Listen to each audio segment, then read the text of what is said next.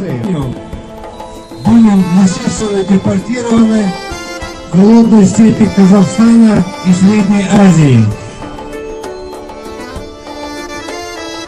В ходе выборе этой даты проявилась кощунственная человеконенавистническая идеология сталинского режима.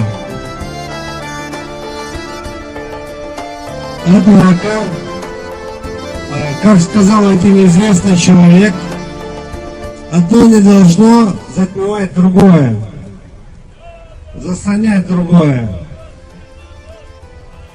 А для нас это один из самых трагических дней нашей и без того кровавой истории.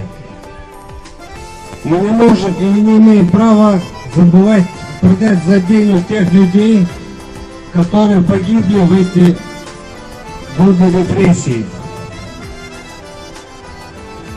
В результате этой акции погибло более четверти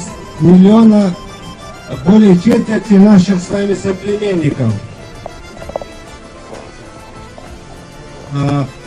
Каждый из нас, у каждого из нас, в сердце каждого из нас мы должны чтить и помнить память наших погибших в ходе этой бесчеловечной акции.